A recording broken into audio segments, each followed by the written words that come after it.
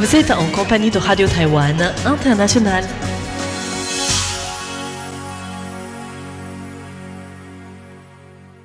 Bonjour et bienvenue en compagnie du service français de Radio Taïwan International. C'est François-Xavier Boulet pour vous accueillir et vous présenter le programme de la rédaction en ce jeudi 18 septembre. Tout d'abord, vous pourrez suivre le journal de l'information sur Taïwan présenté par Lisa Dufaux. S'en suivra le décryptage dans lequel Meg Wang et moi-même vous proposons la suite de notre reportage sur le Grand Salon international des semi-conducteurs Semicon Taïwan 2025 avec la mise en avant de l'excellence française en matière d'innovation et de start-up sur le stand Choose France. Et en dehors des ondes courtes, sur notre site internet, vous pouvez aussi retrouver l'émission Graines de business animée par Valentin Floquet qui vous parlera aujourd'hui d'une application qui s'appelle Voila et qui a été développée par deux sœurs hongkongaises autour de leur passion pour le voyage. Voilà pour le programme de ce jeudi. Bonne écoute à toutes et à tous. Voici tout de suite l'actualité du 18 septembre présentée par Lisa Dufaux avec les principaux titres du journal. Le ministre des Affaires étrangères taïwanais effectue une rare visite en Italie. Taïwan s'engage à acheter pour 10 milliards de dollars américains de produits agricoles américains au cours des 4 prochaines années. Le Salon des technologies de défense et d'aérospatiale de Taipei ouvre ses portes à Nangang. Bonjour à tous et bienvenue sur l'antenne française de Radio Taïwan International. Ici Lisa Dufaux pour vous présenter le journal de l'actualité de ce jeudi 18 septembre.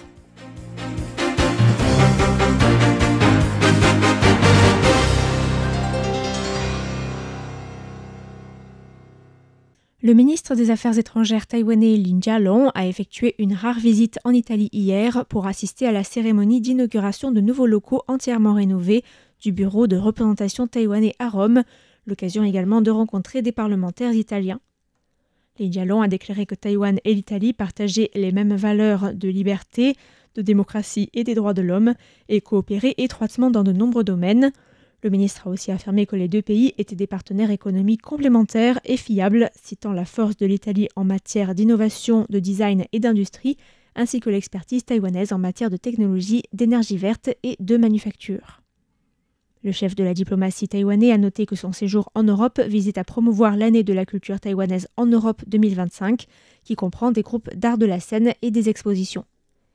Parmi la dizaine de députés italiens figurait le sénateur et président du groupe d'amitié parlementaire Italie-Taïwan Lucio Malan, le vice-président du Sénat Gianmarco Centeno et le vice-président de la Commission des Affaires étrangères de la Chambre des députés Paolo Formentini. Notons que la visite du ministre taïwanais en Europe n'avait pas été annoncée en avance en raison de son caractère hautement sensible et que les visites du ministre dans les pays n'entretenant pas de relations diplomatiques avec Taïwan sont très rares. Le ministère des Affaires étrangères n'a d'ailleurs pas dévoilé davantage de détails sur l'itinéraire de Lin Jialong et sa visite en Italie n'a été dévoilée qu'aujourd'hui après son départ du pays.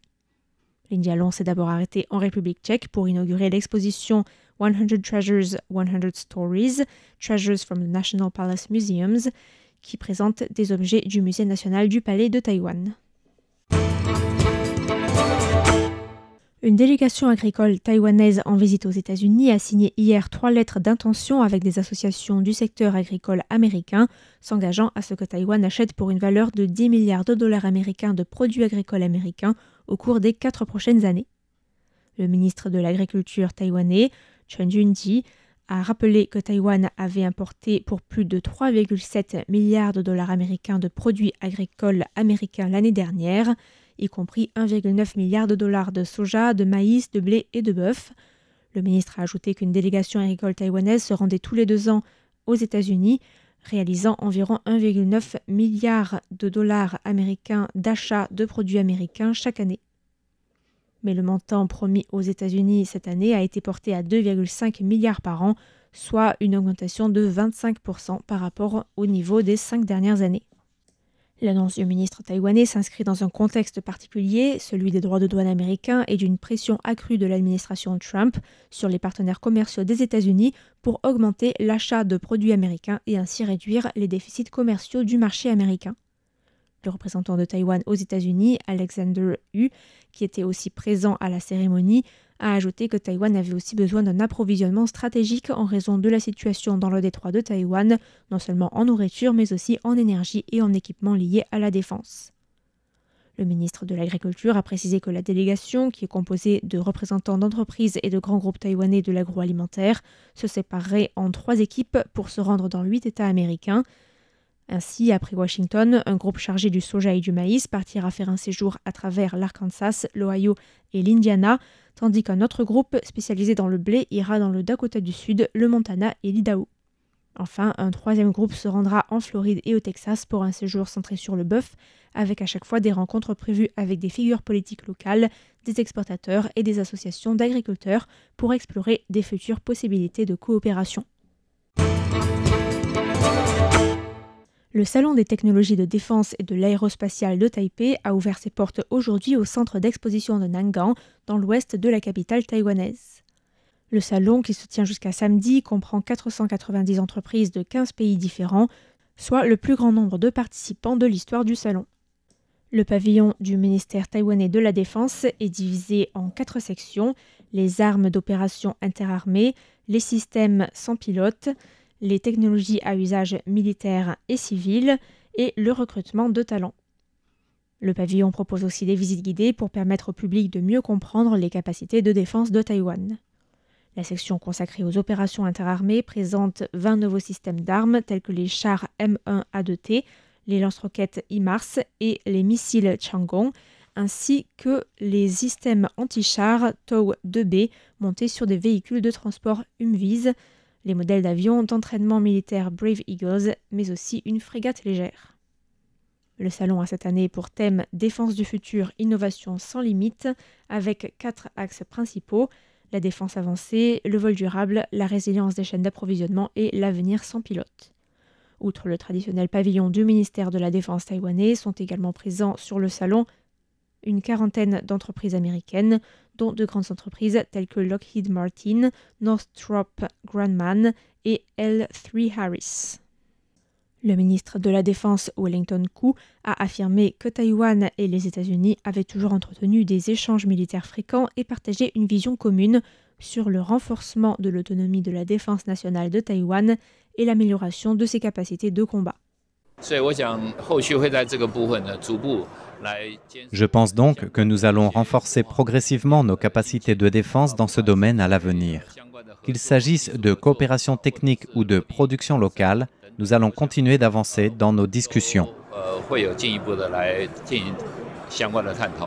Enfin, le ministre de la Défense a évoqué la guerre en Ukraine et l'utilisation intensive des drones dans le conflit et souligné l'exposition de 19 systèmes de véhicules sans pilote et de drones sur le salon, et notamment de drones d'attaque Mighty Hornet. Le gouvernement taïwanais a annoncé aujourd'hui le lancement à partir du 1er janvier 2026 d'un programme de subvention des naissances visant à booster le taux de natalité avec une enveloppe de 100 000 $ taïwanais, soit environ 2 800 € distribués aux familles pour chaque naissance. Les familles pourront toujours, en plus de cette enveloppe, demander les subventions aux naissances qui sont proposées par les gouvernements locaux. Le programme se concentre sur 3 domaines, les subventions aux naissances, les subventions à la procréation médicalement assistée et les subventions à la congélation des ovocytes.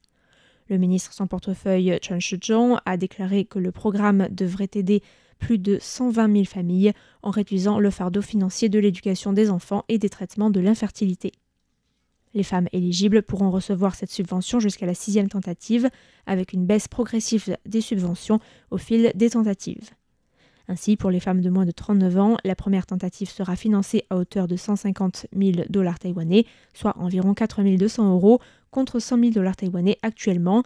La deuxième et la troisième à hauteur de 100 000 $, soit 2 800 €, et la quatrième, cinquième et sixième tentative à hauteur de 60 000 $, soit 1 700 €. Notons que l'aide à la congélation des ovocytes est réservée aux femmes âgées entre 18 et 40 ans avec des conditions spéciales médicales, telles que le cancer ou d'autres traitements affectant les ovaires. L'aide consiste en une enveloppe de $70,000, soit près de 2 000 €, pour le processus de congélation et d'une enveloppe de $8 000, soit 225 € pour la récupération des spermatozoïdes. 36 institutions médicales sont actuellement homologuées pour fournir ce genre de service à Taïwan. Un sondage de la Child Welfare League Foundation, publié hier, indique qu'un adolescent sur 5 rapporte avoir déjà eu des idées suicidaires. Le sondage suggère aussi des tendances suicidaires plus fortes chez les adolescentes, puisque sur une échelle de 0 à 5, 23,4% des adolescentes qui disent avoir eu des idées suicidaires parlent d'intensité modérée à extrêmement forte, contre 7,5% pour les adolescents. Les résultats du sondage, conduit entre le 27 mai et le 30 juin 2025, qui a permis de collecter 7007 réponses valides au sein de différents collèges et lycées généraux et techniques à travers le pays, ont été présentés lors d'une conférence de presse. L'échantillon comprend 52,9% de filles, 46,3% de garçons et 0,8% d'élèves disant s'identifier à un autre genre. Les principales sources de mal-être mentionnées par les personnes interrogées comprenaient la pression scolaire, la pression des pairs, le stress familial et les traumatismes. Près de 30% ont rapporté des sentiments d'intensité modérée à extrême d'irritabilité, de dépression ou d'infériorité. La Fondation a aussi attiré l'attention sur les conséquences du stress émotionnel sur l'absentéisme et sur la qualité du sommeil. Ainsi, 47,9% des élèves ont évoqué un manque de sommeil, 46,6% disent avoir des horaires de sommeil irréguliers, tandis que 20,5% confient aller à l'école à reculons 2 à 3 jours par semaine. Le sondage révèle aussi un phénomène nouveau, puisque 46,5% des élèves qui ont cherché de l'aide se sont confiés à une intelligence artificielle générative, soit plus que les 41,1% qui se sont tournés vers les psychologues de leur établissement, ou encore que les 30,4% qui ont consulté des professionnels de la santé mentale. Ce recours à l'intelligence artificielle générative témoigne des difficultés d'accès aux ressources officielles selon la Fondation, qui a appelé le ministère de l'Éducation à permettre aux adolescents d'avoir recours à des consultations en ligne et à faciliter l'accès des élèves aux congés de santé mentale mis en place en août 2024. Face à la pénurie de main-d'œuvre au sein des services d'urgence, le directeur de l'hôpital de l'Université nationale de Taïwan, Yu Zhongrun, a appelé le gouvernement à autoriser le recrutement d'aides-soignants étrangers. L'engorgement de services d'urgence est en effet en partie lié à la pénurie de personnel infirmier, qui a pour conséquence une baisse de la capacité d'accueil en nombre de lits. La présidente du syndicat des associations d'infirmiers de Taïwan, la Taiwan Union of Nurses Association, Chen Li-Chin, a expliqué que le ministère de la Santé était actuellement en train de promouvoir un programme de soins intégrés permettant aux assistants infirmiers diplômés de programmes d'infirmiers ainsi qu'aux autres aides-soignants de travailler ensemble pour alléger la situation. Chen Li-Chin s'est dit favorable à l'introduction d'aides-soignants étrangers, reconnaissant que ces derniers pouvaient aider aux tâches non spécialisées et alléger la charge de travail des infirmiers et ainsi l'efficacité des soins. Chen Li-Chin a ensuite insisté sur le fait que ces derniers ne devaient pas remplacer les infirmiers taïwanais, que la maîtrise du mandarin serait essentielle et que le gouvernement devait d'abord améliorer les conditions de travail des infirmiers avant d'envisager l'arrivée de personnel étranger. Les étrangers à la recherche d'un emploi à Taïwan doivent se conformer aux règles de la loi sur l'emploi dans notre pays. Ils doivent par exemple réussir un test d'aptitude en mandarin avant de pouvoir travailler, car la maîtrise de la langue est particulièrement essentielle pour le personnel qui travaille dans les soins dans les hôpitaux, dans les soins aux patients en tant qu'aide-soignant. Autrement, sans capacité de communiquer avec le patient, comment assurer des soins de qualité? C'est essentiel. C'est pourquoi nous sommes favorables à l'emploi de travailleurs étrangers. Tout personnel est le bienvenu, mais ils ne peuvent tout simplement pas faire partie du personnel soignant.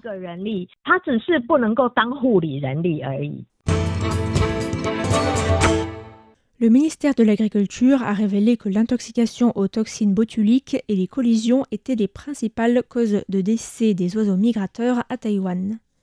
Selon les statistiques du ministère, 335 oiseaux migrateurs d'espèces différentes ont été secourus entre 2013 et 2024.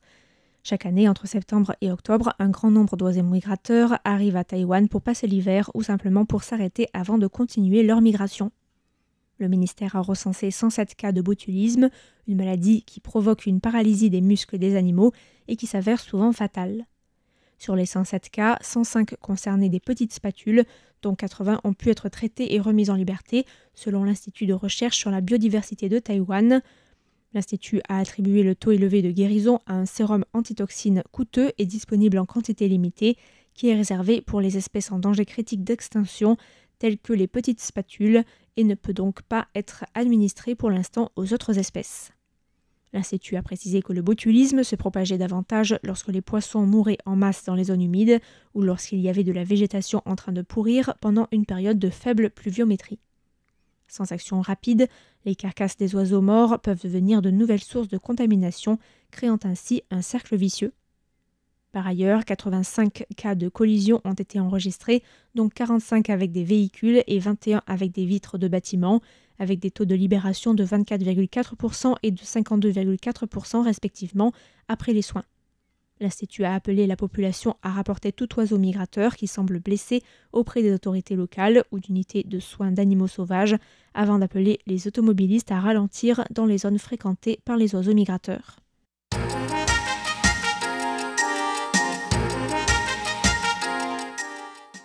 Ainsi s'achève le journal de l'actualité de ce jeudi 18 septembre qui vous était présenté par Lisa Dufaux.